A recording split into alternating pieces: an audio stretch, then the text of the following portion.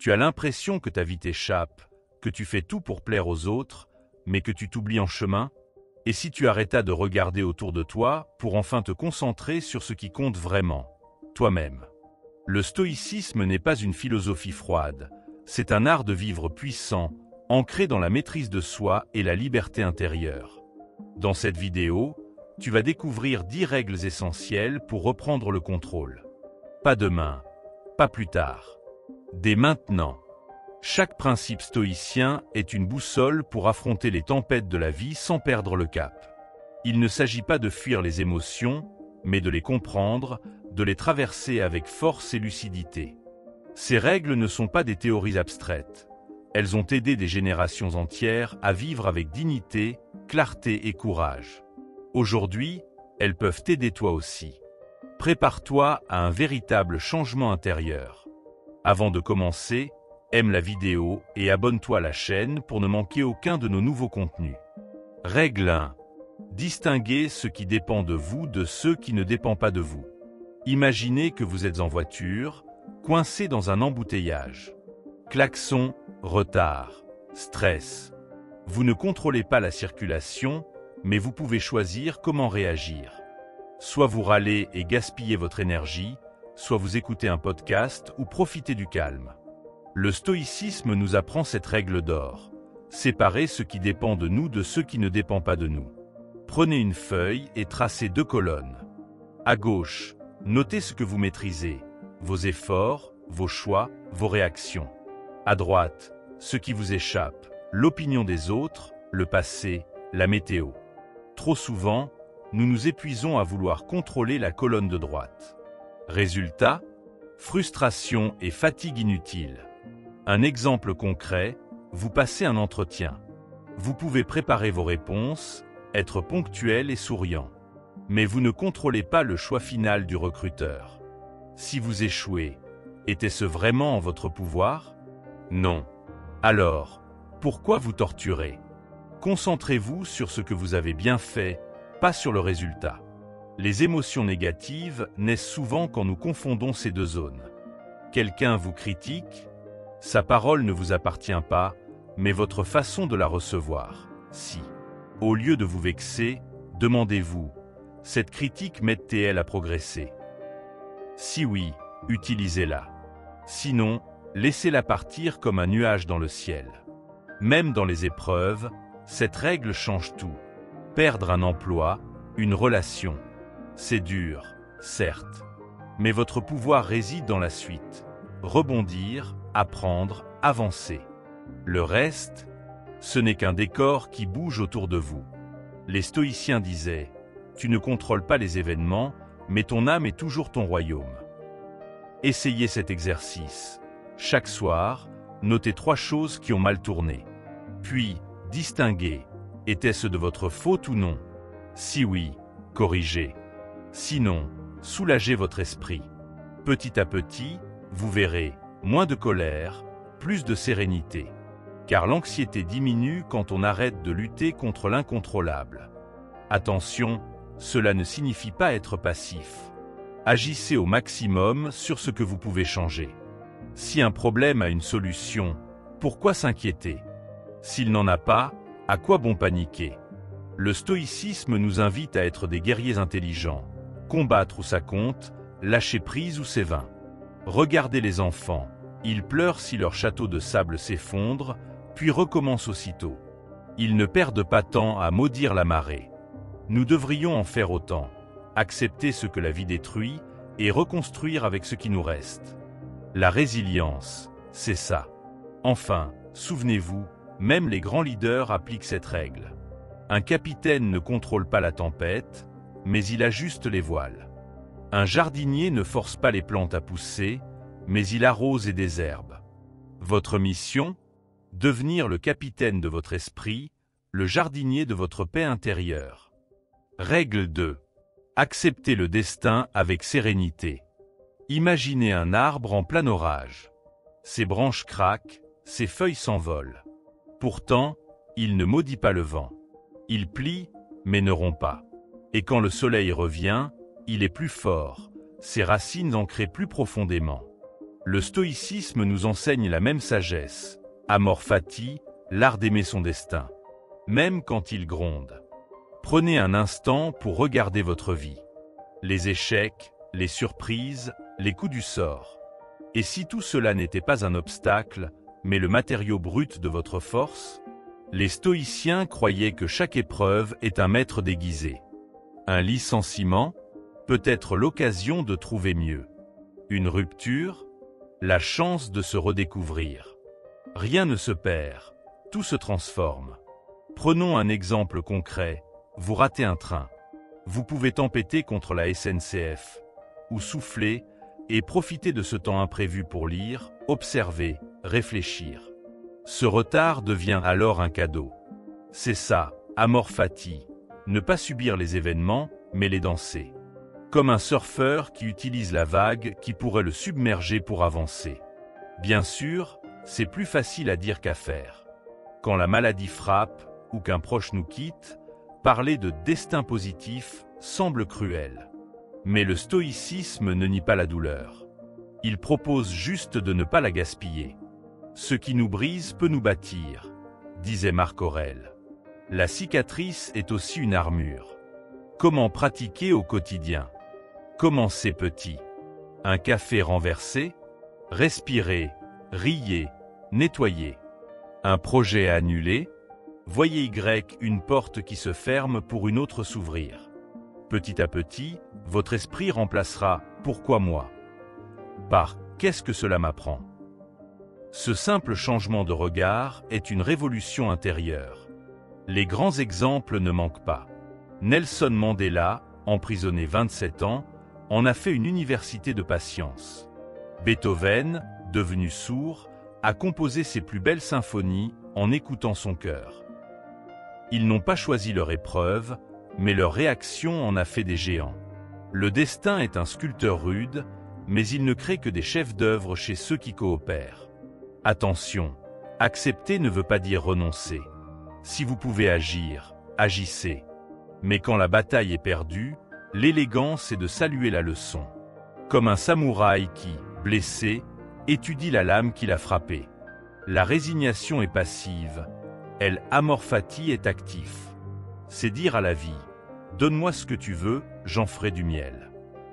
Et si vous doutez, souvenez-vous de cette métaphore, la vie est comme un livre. Les pages tristes sont nécessaires à l'histoire. Sans elles, les moments de joie n'auraient pas de sens. Vos épreuves, ce sont juste les chapitres qui rendront votre victoire finale plus brillante.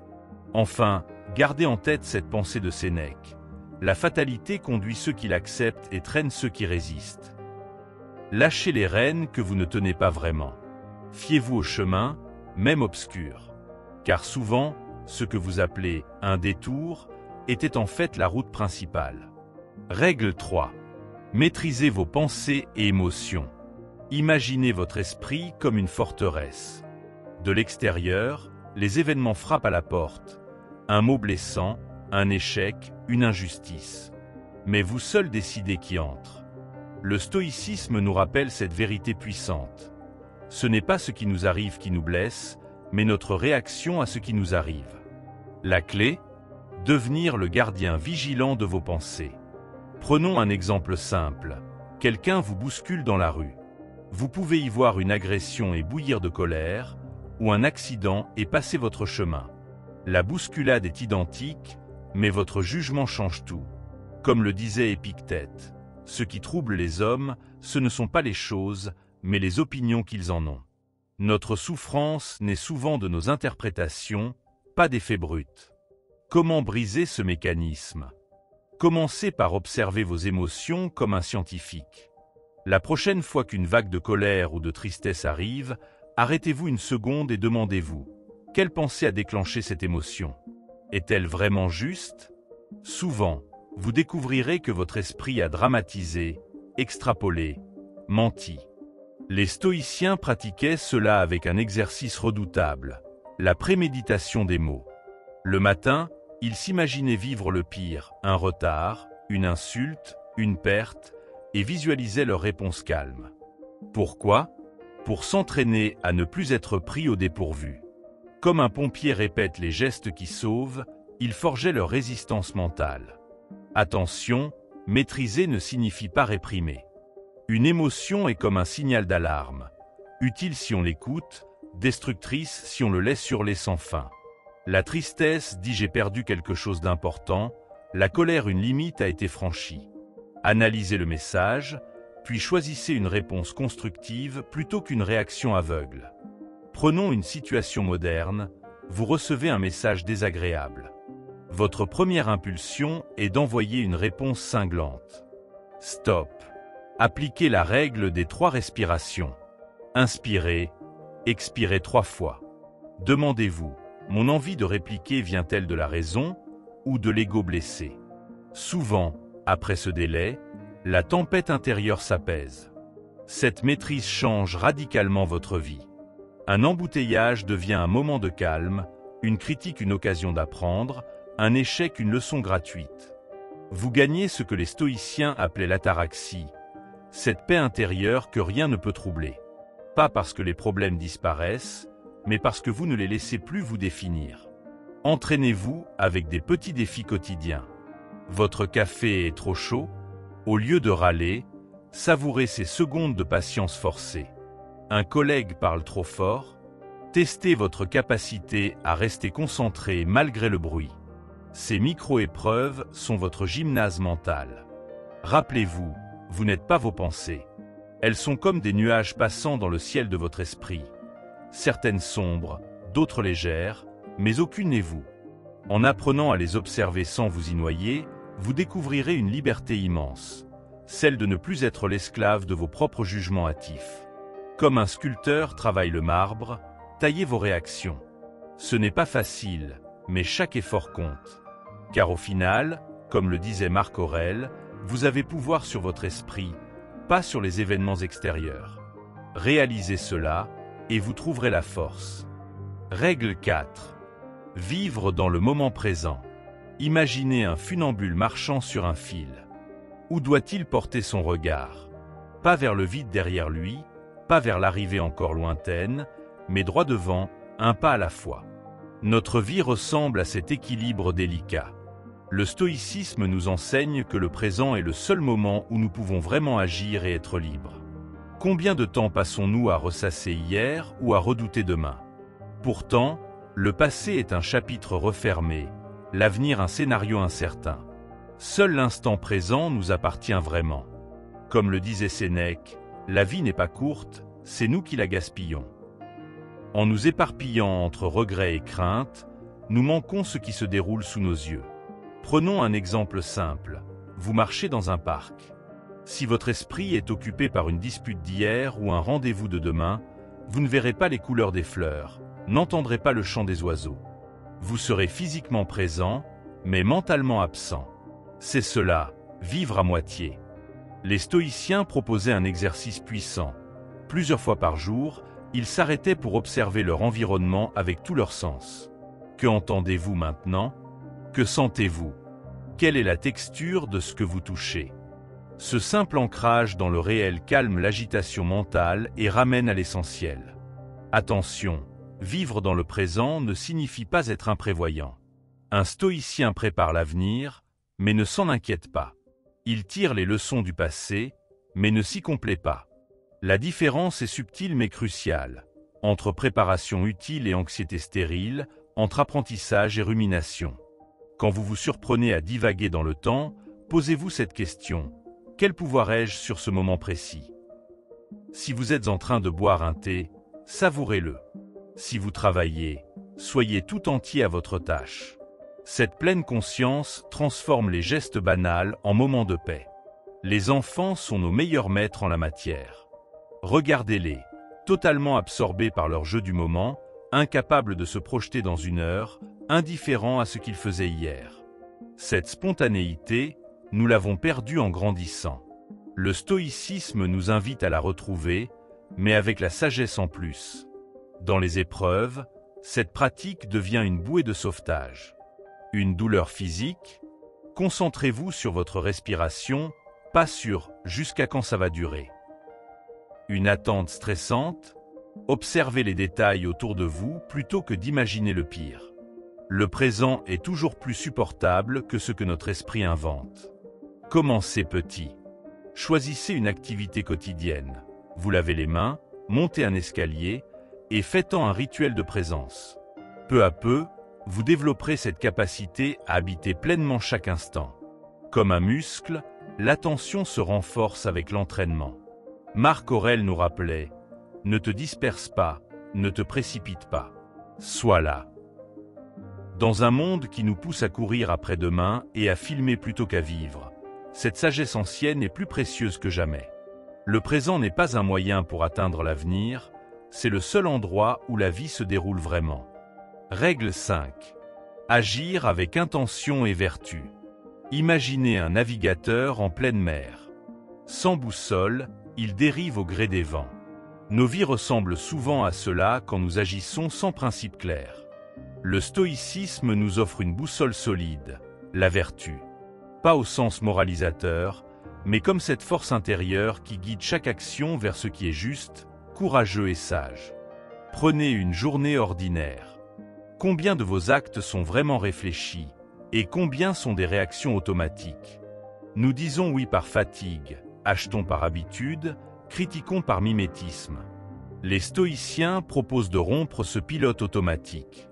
Avant d'agir, posez-vous cette question simple. Cette action m'élève-t-elle ou me rabaisse-t-elle? La vertu stoïcienne repose sur 4 piliers. La sagesse d'abord, choisir avec discernement. Le courage ensuite, affronter ce qui doit l'être.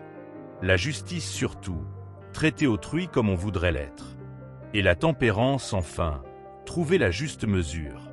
Ces valeurs ne sont pas des concepts vagues, mais des outils concrets. Un conflit au travail, appliquer la justice. Une décision difficile, mobiliser le courage. Prenons un exemple moderne. Vous êtes tenté de mentir pour éviter un conflit. Le stoïcien analyserait. Ce mensonge sert-il vraiment mon bien ou celui des autres? À long terme, ne crée-t-il pas plus de problèmes? Agir avec vertu, c'est parfois choisir l'inconfort immédiat pour préserver son intégrité. Comme un arbre qui pousse droit même dans la tempête. Comment pratiquer au quotidien? Commencez par de petits engagements. Tenir une promesse banale. Dire une vérité délicate avec tact. Aider sans attendre de reconnaissance. Ces micro-actions, répétées, forgent le caractère. Marc Aurèle s'imposait chaque matin. Aujourd'hui, je rencontrerai des indiscrets, des ingrats, des arrogants. Mais je ne peux pas être blessé par eux sans y consentir. Attention, la vertu n'est pas la perfection. Vous trébucherez, c'est certain. L'important est la direction générale, pas chaque faux pas. Quand vous manquez à vos principes, notez pourquoi, sans vous flageller. Puis recommencez. Comme un sculpteur qui affine progressivement son œuvre. Les bénéfices sont immenses. Une action alignée avec vos valeurs laisse une trace de paix, même dans l'échec. À l'inverse, les compromis moraux rongent comme une rouille intérieure. Épictète le disait crûment. Tu veux être respecté? Commence par te respecter toi-même. Dans notre monde saturé d'opinions changeantes, la vertu stoïcienne offre un ancrage. Peu importe ce que font les autres, vous savez ce qui est juste pour vous. Ce n'est pas de l'entêtement, mais une fidélité à soi-même. Comme un phare stable dans une mer agitée. Commencez aujourd'hui. Choisissez une valeur, l'honnêteté, la persévérance, et incarnez-la dans 3 situations concrètes. Demain, observez comment cela a modifié votre regard. Petit à petit, vous deviendrez cette personne que vous admirez secrètement. Comme le disait Sénèque, la sagesse est la seule liberté. Non pas liberté de faire tout ce qu'on veut, mais liberté intérieure de ne faire que ce qui compte vraiment. Voilà le vrai pouvoir, celui que personne ne peut vous prendre. Règle 6. Pratiquez la discipline quotidienne. Le soleil se lève chaque matin sans faillir. Les marées suivent leur rythme immuable. La nature nous montre l'exemple d'une discipline parfaite. Nous pourrions en tirer une leçon essentielle. C'est dans la répétition quotidienne que se forge un caractère solide. Les stoïciens l'avaient bien compris. Ce n'est pas dans les grands discours, mais dans les petites actions répétées que réside la véritable force. Prenez un athlète olympique. Son exploit final ne représente qu'un infime moment de sa carrière. Ce qui compte vraiment, ce sont les milliers d'heures d'entraînement, les matins froids où il se lève alors qu'il préférerait rester au lit, les répétitions inlassables du même geste. Notre vie morale fonctionne de la même manière. La discipline, c'est l'art de faire ce qu'il faut, quand il faut, même, et surtout, quand personne ne regarde. Comment commencer? Par des rituels simples mais non négociables. Un stoïcien moderne pourrait consacrer 10 minutes chaque matin à méditer sur ses priorités. Noter chaque soir 3 actions alignées avec ses valeurs. Pratiquer régulièrement des exercices de renoncement volontaire, comme jeûner ou se passer de confort. Ces pratiques semblent modestes, mais leur puissance réside dans leur régularité. Comme une goutte d'eau qui, tombant sans cesse au même endroit, finit par creuser la pierre la plus dure. L'autodiscipline stoïcienne a ceci de particulier qu'elle ne se contente pas de routines physiques. Elle vise surtout à muscler notre volonté. Un exercice révélateur. Quand une envie futile vous traverse l'esprit, achetez quelque chose d'inutile, grignotez par ennui, attendez systématiquement 24 heures avant de céder.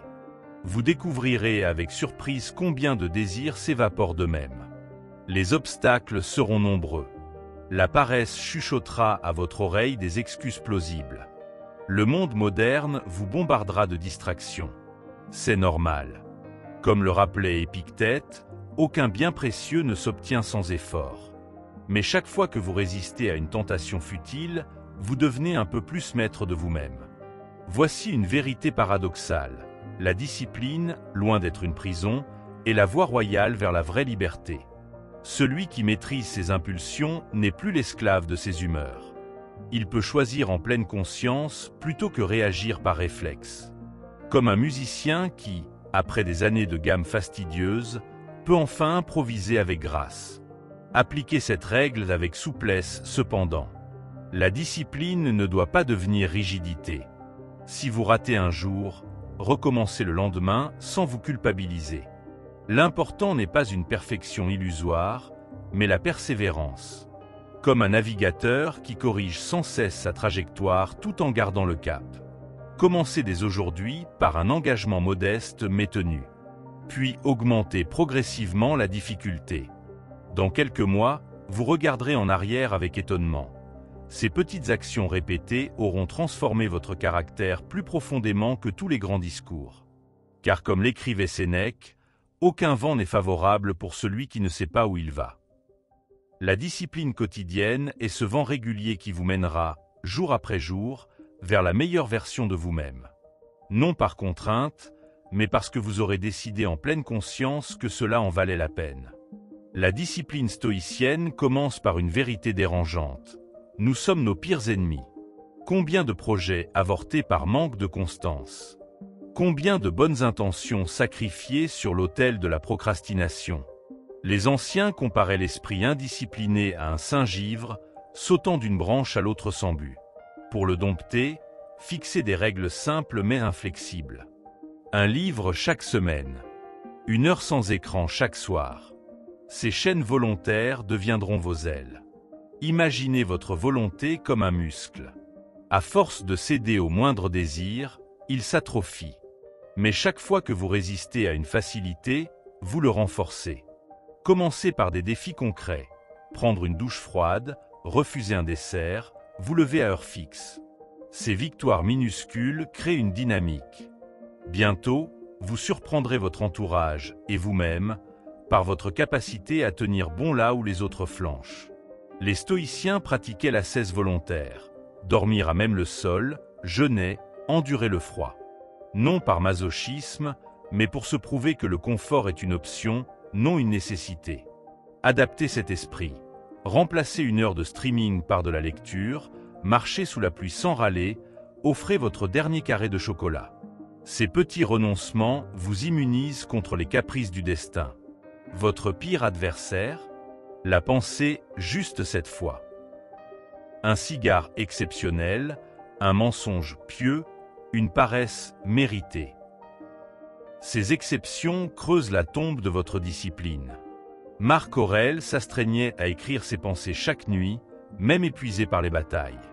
Son journal intime est devenu un trésor philosophique. Que laisserez derrière vous? Des excuses ou des preuves de votre ténacité? La technologie moderne est l'ennemi secret de la discipline. Notifications, divertissements infinis, gratification instantanée, tout est conçu pour capturer votre attention. Reprenez le contrôle. Désactivez les alertes inutiles. Imposez-vous des déserts numériques. Comme un jardinier arrache les mauvaises herbes, débarrassez-vous des distractions qui étouffent votre focus. La clarté mentale qui en résultera vaudra tous les sacrifices. Les grands artistes le savent. Le génie naît de la routine. Beethoven composait à heure fixe, Kant se promenait si ponctuellement que les voisins réglaient leur montre sur lui. Créez votre propre rythme vertueux. Un temps pour travailler, un autre pour réfléchir, un autre pour vous régénérer. Cette structure libère l'esprit plutôt qu'elle ne l'emprisonne. La vraie liberté, c'est de ne pas avoir à décider qu'en faire ce qui compte. Quand la motivation faiblit, et elle faiblira, appuyez-vous sur des rituels plutôt que sur des émotions. Le soldat romain n'attendait pas des envies pour polir son armure.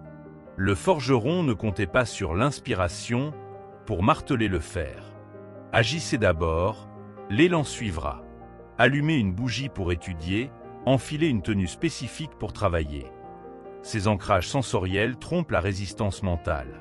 La discipline fleurit mieux en communauté. Trouvez des alliés, un groupe de lecture, un club de sport, un correspondant stoïcien. Les Spartiates s'entraînaient en groupe car ils savaient que la honte de faiblir devant les autres dépasse souvent la volonté individuelle. Partagez vos objectifs avec quelqu'un dont le regard vous tient à cœur. La peur de décevoir peut être un carburant plus puissant que l'automotivation. Tenez un journal de bord de vos victoires discrètes. Pas les exploits spectaculaires, mais ces moments où vous avez choisi le chemin difficile. Être bienveillant alors que vous étiez fatigué, persévérer dans une tâche ingrate, refuser une médisance. Relisez ces notes lors des doutes. Elles sont la preuve tangible que vous changez, lentement, mais irréversiblement. Comme un arbre, votre force se mesure aux cernes invisibles mais essentielles. Souvenez-vous, la discipline n'est pas une punition, mais le prix d'entrée pour une vie alignée. Chaque effort est un vote pour la personne que vous aspirez à devenir. Un jour, vous vous retournerez et verrez avec étonnement le chemin parcouru. Non par hasard, mais par ces milliers de non et de oui quotidiens. Comme le dit un proverbe stoïcien, tu deviens ce que tu répètes. Choisis donc bien tes répétitions. Règle 7. Transformez les échecs en opportunités. La vie ressemble souvent à une forge. C'est en étant frappé par les épreuves que notre caractère prend sa véritable forme. Les stoïciens voyaient dans chaque obstacle une matière première pour se construire. Quand un projet échoue, une relation se brise ou un rêve s'évanouit, nous avons devant nous un choix crucial, nous considérer comme victimes ou comme élèves. Cette perspective change tout. Prenez l'exemple d'une graine. Pour qu'elle devienne arbre, son enveloppe doit se briser. Nos échecs sont ces cassures nécessaires. Ce licenciement qui vous pousse à créer votre entreprise, cette rupture qui vous fait découvrir de nouvelles passions, cet échec scolaire qui révèle vos vraies capacités. L'histoire regorge de malheurs transformés en tremplin. La question n'est pas « pourquoi moi ?», mais « qu'est-ce que cela m'apprend ?» Les stoïciens pratiquaient un exercice puissant, la préméditatio malorum. Ils s'entraînaient mentalement à imaginer le pire, perte, échec, humiliation, non par pessimisme, mais pour désamorcer la peur. Quand l'adversité frappait vraiment, ils étaient préparés. Vous pouvez adapter cela. Listez régulièrement vos peurs d'échec, puis pour chacune, notez comment vous pourriez en tirer parti. Ce simple geste réduit l'anxiété. Observez les enfants apprendre à marcher. Ils tombent des centaines de fois sans jamais penser « je ne suis pas fait pour ça ». Notre société nous conditionne malheureusement à voir l'échec comme une fin plutôt qu'une étape. Rééduquez votre regard. Ce CV rejeté est une occasion d'améliorer vos compétences, cette dispute un signal pour mieux communiquer. Chaque revers contient un message codé, à vous de le décrypter. La science elle-même valide cette approche. Les chercheurs ont montré que notre cerveau apprend davantage de ses erreurs que de ses succès. Chaque échec crée de nouvelles connexions neuronales, à condition de l'analyser sans jugement sévère. Les stoïciens anticipaient cette découverte. Ils tenaient des journaux pour objectiver leurs échecs, notant froidement « j'ai perdu mon calme parce que… » plutôt que « je suis nul ». Attention cependant, transformer l'échec en opportunité ne signifie pas nier la déception. La tristesse est normale, mais ne doit pas devenir complaisance. Fixez-vous une période pour digérer l'émotion, 1 heure, 1 jour, puis passez en mode solution. Comme un médecin qui, après avoir constaté une maladie, se concentre sur le traitement. Les plus grandes réussites sont souvent cousues d'échecs retentissants. Steve Jobs renvoyé de sa propre entreprise, J.K. Rowling refusée par 12 éditeurs, Einstein considéré comme un cancre. Leur différence? Ils ont utilisé ces revers comme combustible. Marc Aurèle disait « L'obstacle devient la voie ». Non pas malgré les difficultés, mais grâce à elles. Pratiquez l'alchimie émotionnelle. Quand un échec vous frappe, demandez-vous « Qu'est-ce que cela révèle sur mes priorités ? Quelles compétences cela m'incite à développer ? Comment cette situation m'a-t-elle rendu plus résilient ? » Ces questions transforment l'amertume en sagesse. Souvenez-vous enfin que dans la nature, rien ne se perd. La forêt se nourrit de ses arbres morts, les étoiles naissent de l'explosion des anciennes. Vos échecs sont ce terreau fertile où germent vos futures victoires. Comme le disait Sénèque, ce n'est pas parce que les choses sont difficiles que nous n'osons pas, c'est parce que nous n'osons pas qu'elles sont difficiles. L'échec n'est qu'un mot pour désigner un apprentissage qui n'a pas encore porté ses fruits. L'échec est un miroir qui révèle nos limites actuelles, non nos limites définitives. Quand un projet échoue, il nous montre exactement où nous devons progresser, comme une carte indiquant les zones à explorer. Les stoïciens comparaient cela à un entraînement militaire. Chaque bataille perdue enseigne des tactiques à améliorer. Gardez toujours cette question en tête. Si je devais recommencer, que ferais-je différemment? Cette simple interrogation transforme l'amertume en programme d'action. La nature nous donne de magnifiques exemples de résilience. Un arbre frappé par la foudre développe souvent une écorce plus épaisse à l'endroit blessé. Les os fracturés se ressoudent plus solides. Notre psyché fonctionne de même. Chaque déception bien digérée crée une armure émotionnelle plus résistante. Ce n'est pas l'échec qui nous définit, mais notre capacité à intégrer ces leçons. Comme le bambou qui plie sous la tempête mais se redresse toujours. Les plus belles innovations naissent souvent de frustration. L'inventeur du post-it cherchait à créer une super colle. Il échoua magistralement, donnant accidentellement naissance à un produit révolutionnaire. Les stoïciens appellent cela l'art du retournement. Prendre ce qui semble être un échec et en extraire une valeur inattendue. Pratiquez ce regard créatif sur vos propres revers. Comment pourrais-je utiliser cette situation de manière inédite? L'échec nous enseigne l'humilité, cette vertu si chère aux stoïciens. Quand nous trébuchons, nous redescendons sur terre, loin des illusions de toute puissance.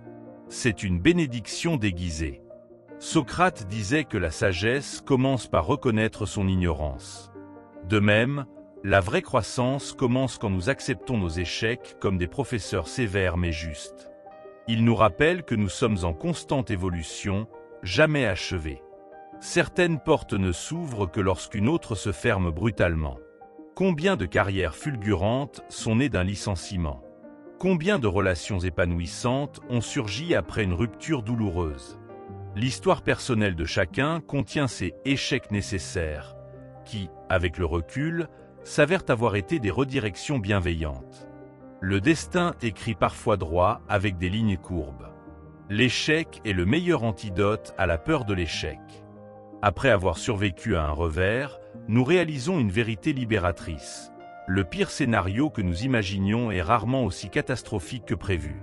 Chaque échec surmonté étire notre zone de confort.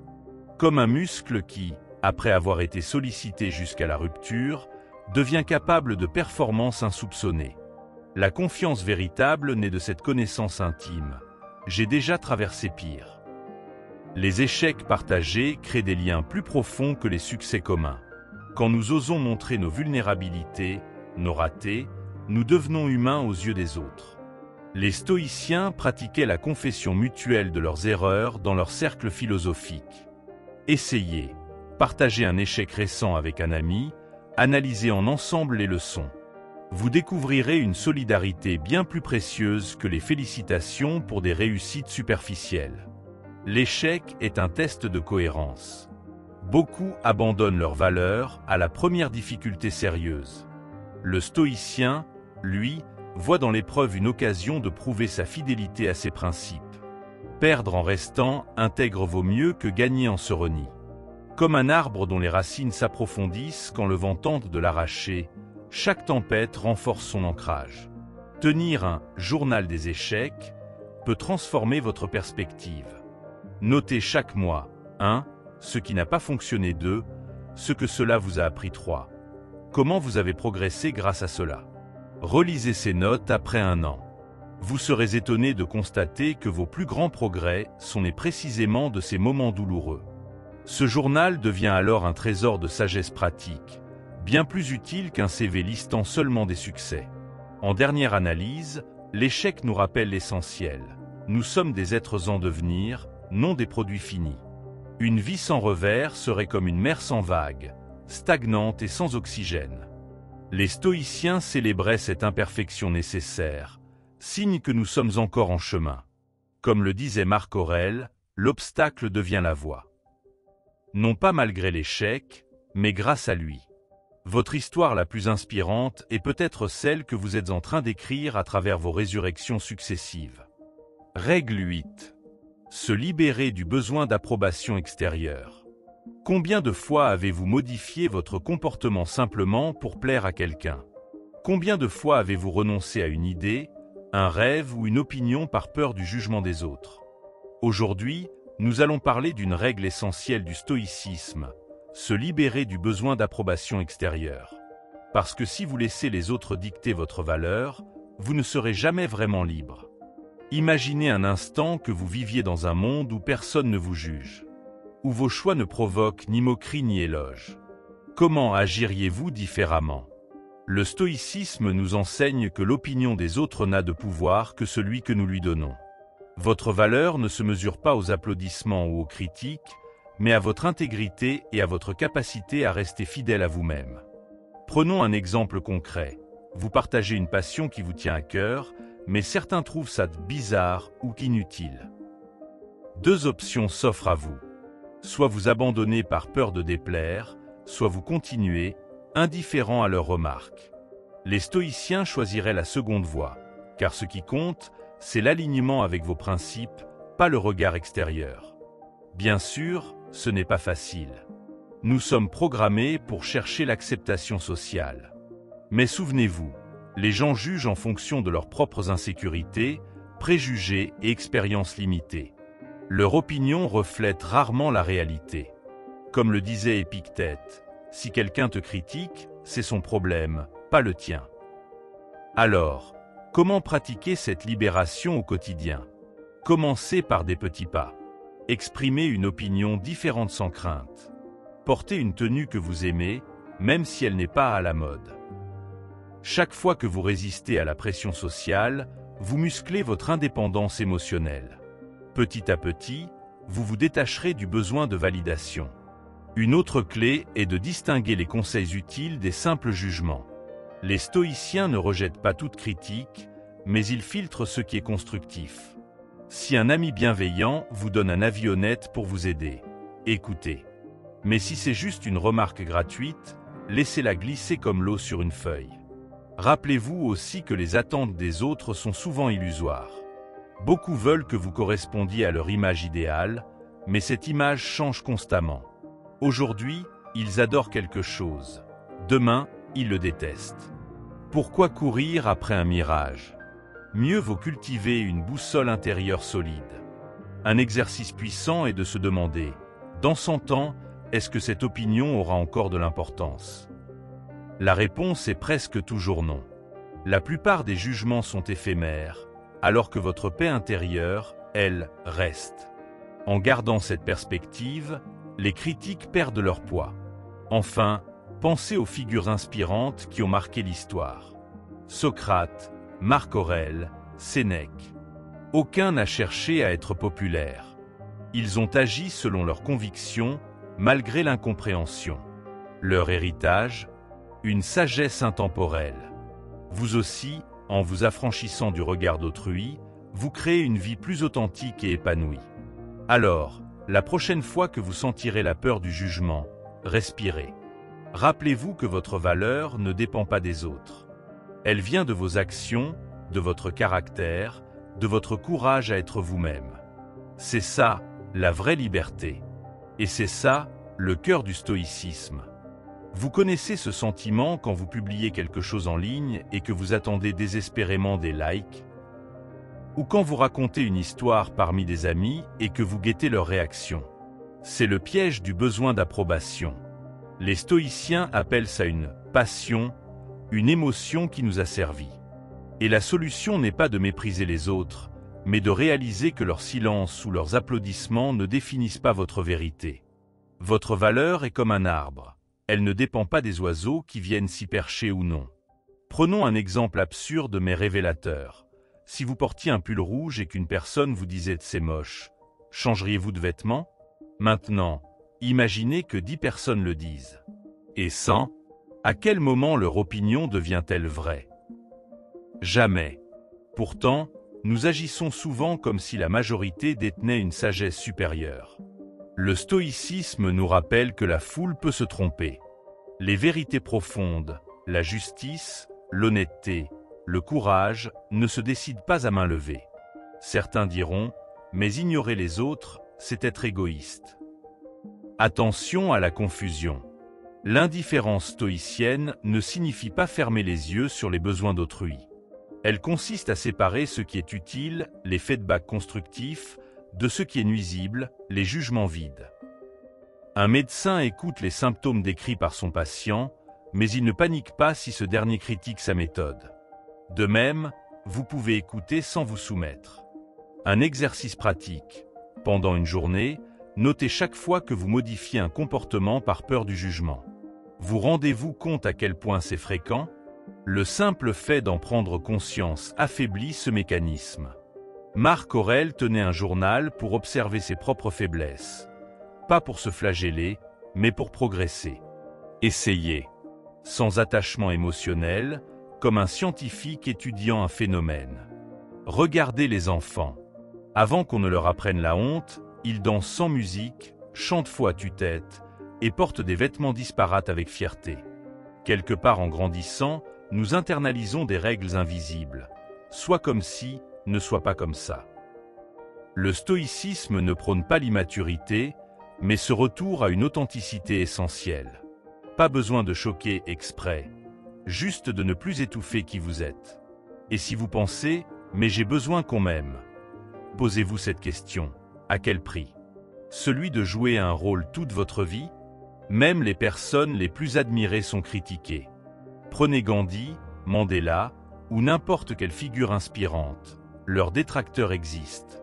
La différence? Ils ont appris à avancer malgré tout. Comme le dit un adage stoïcien, tu veux être aimé? Alors sois prêt à être haï aussi. Une métaphore puissante. Imaginez que vous êtes un bateau.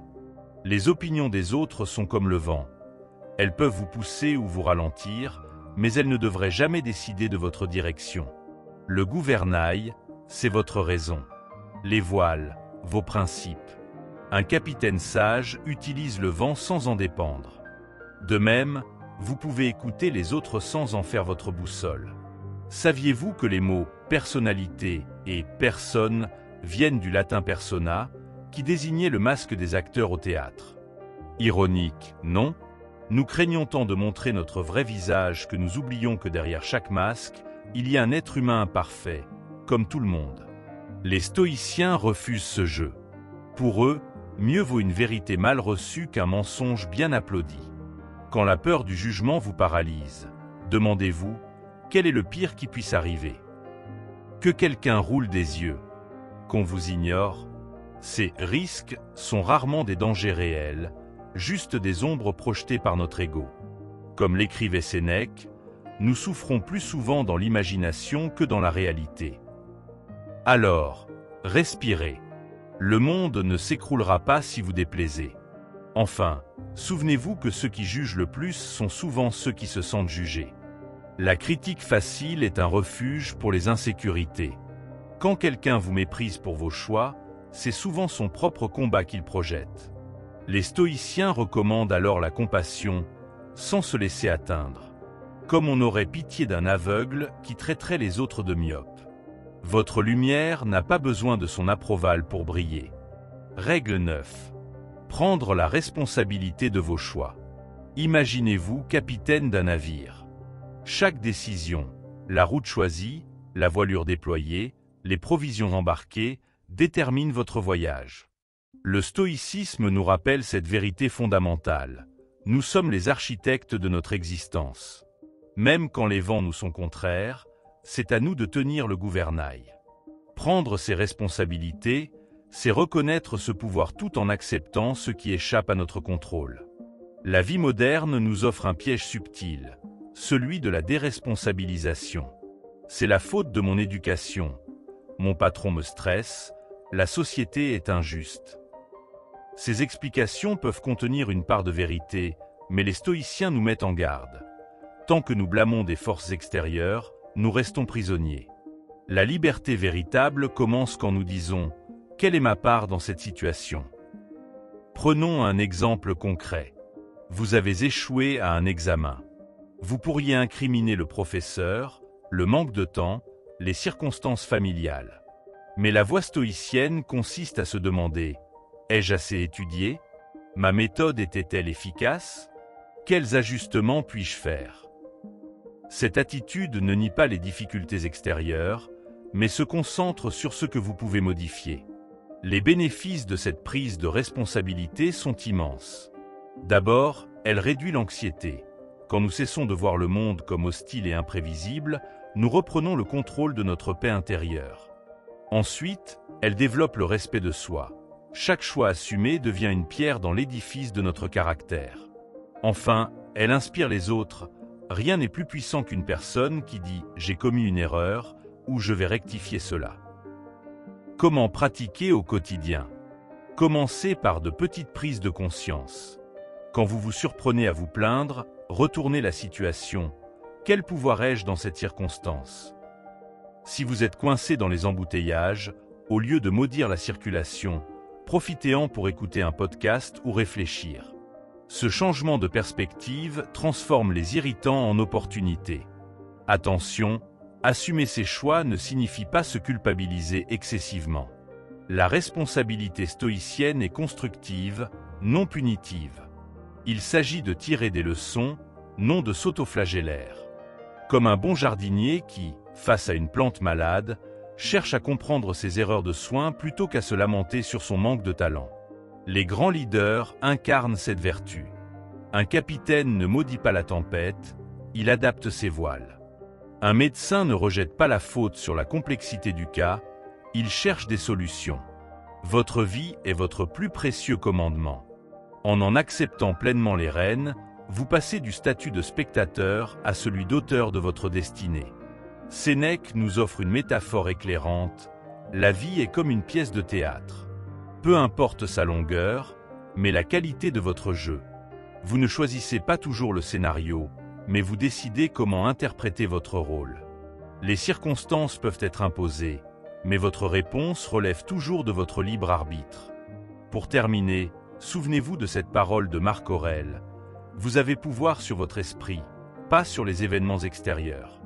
Réalisez cela, et vous trouverez la force. Dans un monde qui pousse à la victimisation, prendre ses responsabilités est un acte révolutionnaire. C'est choisir de danser sous la pluie plutôt que d'attendre que l'orage passe. Votre vie ne sera plus ce qui vous arrive, mais ce que vous en faites. Chaque matin apporte son lot de décisions invisibles qui façonnent notre journée. Snoozer l'alarme ou se lever immédiatement. prendre un petit déjeuner équilibré ou sauter le repas, commencer par la tâche difficile ou la reporter, ces micro-choix semblent anodins mais créent une trajectoire. Les stoïciens pratiquaient l'examen de conscience matinale pour anticiper ces moments clés. Quels choix m'attendent aujourd'hui? Comment les aborder avec intégrité? Cette vigilance transforme l'ordinaire en exercice spirituel. La société moderne a multiplié nos possibilités de choix tout en atténuant notre sens des conséquences. Commande en un clic, relations jetables, engagements révocables, ce confort apparent nous a déshabitués à assumer pleinement nos décisions. Le stoïcisme propose un antidote radical. Traitez chaque choix comme irréversible. Avant de prendre une décision, demandez-vous: serais-je prêt à en assumer les conséquences pour les 10 prochaines années? Ce simple test filtre les caprices des véritables engagements. Nos excuses préférées révèlent nos zones de fragilité. Je n'ai pas eu le temps. Cache souvent, je n'ai pas fait de ceci une priorité. C'est plus fort que moi signifie fréquemment, je refuse de me contrôler. Les stoïciens recommandaient de traquer ces formules toutes faites dans notre langage. Essayez pendant une semaine à éliminer « je dois » de votre vocabulaire, remplacez-le par « je choisis de ». Vous découvrirez avec quelle légèreté nous déléguons notre pouvoir décisionnel à des pseudo-contraintes extérieures. Les choix difficiles sont nos meilleurs professeurs. Entre plaisir immédiat et bénéfice à long terme, entre confort et croissance, entre sécurité et aventure, ces dilemmes forgent notre caractère. Épictète comparait ces moments à des carrefours où l'âme se révèle. Ce n'est pas ce qui t'arrive, mais comment tu le vis qui importe. Gardez une liste de ces croisements décisifs dans votre vie et notez ce qu'ils vous ont appris sur vous-même. Ces bilans sont plus précieux que n'importe quel diplôme. L'art de choisir implique de renoncer autant que d'accepter. Dire oui à une opportunité signifie dire non à d'autres possibilités. Les stoïciens cultivaient la clarté de leurs priorités pour éviter la dispersion. Faites cet exercice. Listez vos 5 valeurs fondamentales, puis évaluez vos derniers grands choix à cette aune. Plus vos décisions s'alignent sur vos valeurs profondes, moins vous regretterez les portes non franchies. Un choix assumé est un choix qui honore votre essence. Les circonstances extrêmes révèlent notre véritable capacité à choisir. Viktor Frankl, survivant des camps nazis, observait que même dans l'horreur absolue, l'homme conserve un ultime pouvoir, celui de décider de son attitude face au destin. Cette vision profondément stoïcienne nous rappelle qu'entre le stimulus et la réponse existe toujours un espace de liberté, si minime soit-il. Vos choix les plus significatifs se nichent souvent dans ces interstices apparemment insignifiants. Prendre ses responsabilités crée un cercle vertueux relationnel. Quand vous cessez de blâmer les autres pour vos insatisfactions, vos relations se transforment. Un conflit devient dialogue, une plainte se mue en proposition constructive. Essayez pendant un mois d'aborder chaque tension interpersonnelle par cette question. Quelle est ma part dans cette situation? Vous serez surpris de voir combien de problèmes se résolvent quand une seule partie arrête de jouer la victime. Nos choix culturels et médiatiques façonnent tout autant notre esprit que nos décisions pratiques. Ce que nous lisons, regardons, écoutons nourrit notre âme ou l'empoisonne lentement. Les stoïciens étaient extrêmement vigilants sur leur régime mental. Faites l'inventaire de vos consommations culturelles comme vous le feriez pour votre alimentation. Est-ce léger et nutritif? Ou lourd et toxique? Chaque clic, chaque lecture est un vote pour le type d'esprit que vous souhaitez cultiver. L'âge adulte véritable commence quand nous cessons de rendre nos parents responsables de nos blessures pour devenir les jardiniers de notre propre croissance. Ce passage douloureux mais libérateur est au cœur de la maturité stoïcienne. Plutôt que mes parents m'ont fait ainsi, essayez comment puis-je transformer cet héritage. Vous ne choisissez pas votre famille, mais vous décidez chaque jour quel sens donner à cette histoire. Cette alchimie personnelle est peut-être le plus grand pouvoir qui nous soit donné. Enfin, rappelez-vous que le refus de choisir est lui-même un choix aux conséquences souvent plus lourdes que les décisions actives. La procrastination, l'indécision chronique, la passivité sont des fuites devant nos responsabilités existentielles. Comme le disait Sénèque, ce n'est pas que nous avons peu de temps, c'est que nous en perdons beaucoup. Votre vie est la somme de ce que vous avez choisi et de ce que vous avez choisi de ne pas choisir. En cette matière comme en d'autres, la neutralité n'existe pas. Règle 10. Cultivez la résilience intérieure. La vie ressemble parfois à une mer déchaînée. Les vagues nous frappent sans avertissement, un licenciement, une rupture, une maladie. Le stoïcisme nous enseigne qu'on ne contrôle pas ces tempêtes, mais qu'on peut apprendre à naviguer en gardant le cap. La résilience n'est pas une armure qui empêche de souffrir, mais une capacité à traverser l'épreuve sans se perdre soi-même. Imaginez deux arbres dans un ouragan. Le premier est rigide, imposant. Le second, plus souple, plie sous le vent. Lequel survivra? La résilience stoïcienne, c'est cette flexibilité intérieure qui accepte les coups du destin sans rompre. Ce n'est pas du détachement froid, mais une force vivante qui s'adapte. Concrètement, comment cultiver cette force? Commencez par distinguer ce qui dépend de vous de ce qui ne dépend pas de vous. Votre réaction face à un retard de train, c'est votre pouvoir. Le retard lui-même, ce n'est pas le vôtre. Ce simple tri mental change tout. Comme disait Épictète, ce qui trouble les hommes, ce ne sont pas les choses, mais les jugements qu'ils portent sur les choses. Pratiquez l'art de la perspective. Quand un problème vous écrase, posez-vous ces questions. Dans 1 an, sera-t-il encore important? Et dans 10 ans? La plupart de nos catastrophes quotidiennes se réduisent à des anecdotes avec le temps. Les stoïciens appelaient cela la vue d'en haut. Cette capacité à voir sa vie avec un peu de recul. Entraînez-vous avec les petits inconforts. Un café trop froid, un embouteillage, ces micro-épreuves sont votre gymnase mental. Au lieu de râler, respirez et dites-vous, voilà l'occasion de pratiquer la patience. Ainsi, quand de vraies difficultés arriveront, vous serez préparé. La résilience se muscle dans le quotidien. Créez votre mantra stoïcien. Trouvez une phrase courte qui vous recentre. Ceci aussi passera, ou je choisis ma réponse. Répétez-la quand le chaos menace. Ces ancres verbales aident à ne pas être emporté par l'émotion immédiate. Marc Aurèle en avait tout un recueil dans ses pensées pour moi-même. Acceptez que la croissance passe par l'inconfort. Un muscle ne se renforce qu'en résistance. De même, votre caractère a besoin des défis pour se révéler. Les stoïciens voyaient chaque obstacle comme un entraînement envoyé par la vie elle-même. Pas de victoire sans bataille, pas de sagesse sans épreuve. Tenez un journal de résilience. Chaque soir, notez une difficulté rencontrée, votre réaction, et comment vous pourriez mieux répondre demain. Sans jugement, juste comme un scientifique observerait une expérience. Ce rituel transforme les échecs en leçons et les succès en confiance durable. Souvenez-vous des tempêtes déjà traversées. Quand une nouvelle épreuve arrive, rappelez-vous, vous avez déjà survécu à tant de choses. Cette mémoire de vos propres capacités est une réserve de courage. Les stoïciens appelaient cela « se souvenir de sa propre force », comme un athlète qui se rappelle ses entraînements avant une course. Enfin, cultivez la gratitude paradoxale. Remerciez pour les défis, car ils vous rendent plus fort.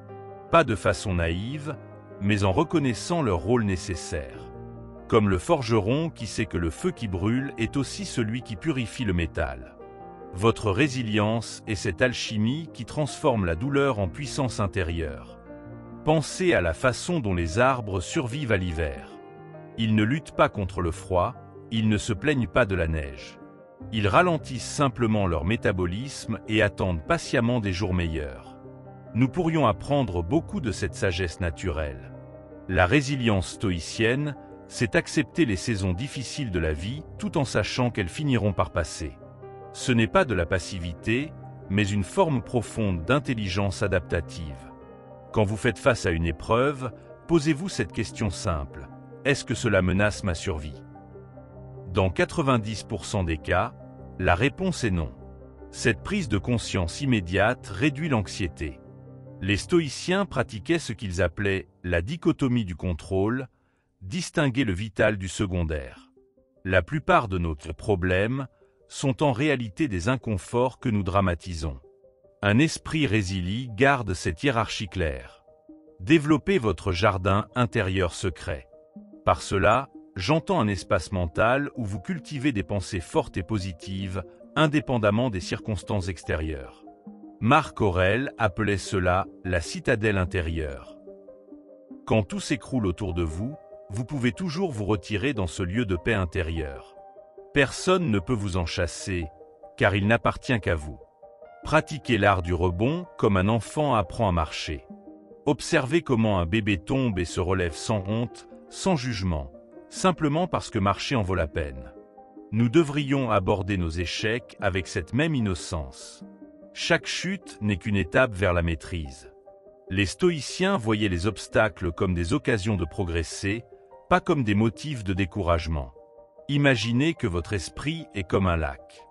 Les tempêtes peuvent faire rage à la surface, mais les profondeurs restent calmes. La résilience, c'est cette capacité à descendre en soi-même quand les vagues de la vie deviennent trop fortes. Plus vous pratiquerez cette descente intérieure, plus elle deviendra naturelle. Bientôt, plus rien ne pourra vraiment vous déstabiliser. Créez votre propre rituel de recentrage. Cela pourrait être 3 respirations profondes quand le stress monte, une marche silencieuse chaque matin, ou 5 minutes à regarder le ciel étoilé le soir. Ces petits ancrages quotidiens construisent une stabilité intérieure qui résiste aux orages. Les philosophes stoïciens avaient toute leur routine pour rester équilibrés. Souvenez-vous que vous êtes déjà plus fort que vous ne le pensez. Votre vie est la preuve vivante que vous avez surmonté 100% de vos pires jours jusqu'à présent. Cette statistique devrait vous donner confiance. Les stoïciens pratiquaient la préméditation des maux. Envisager le pire pour réaliser qu'on pourrait y faire face. Paradoxalement, cela rend plus courageux. Apprenez des maîtres du camouflage dans la nature.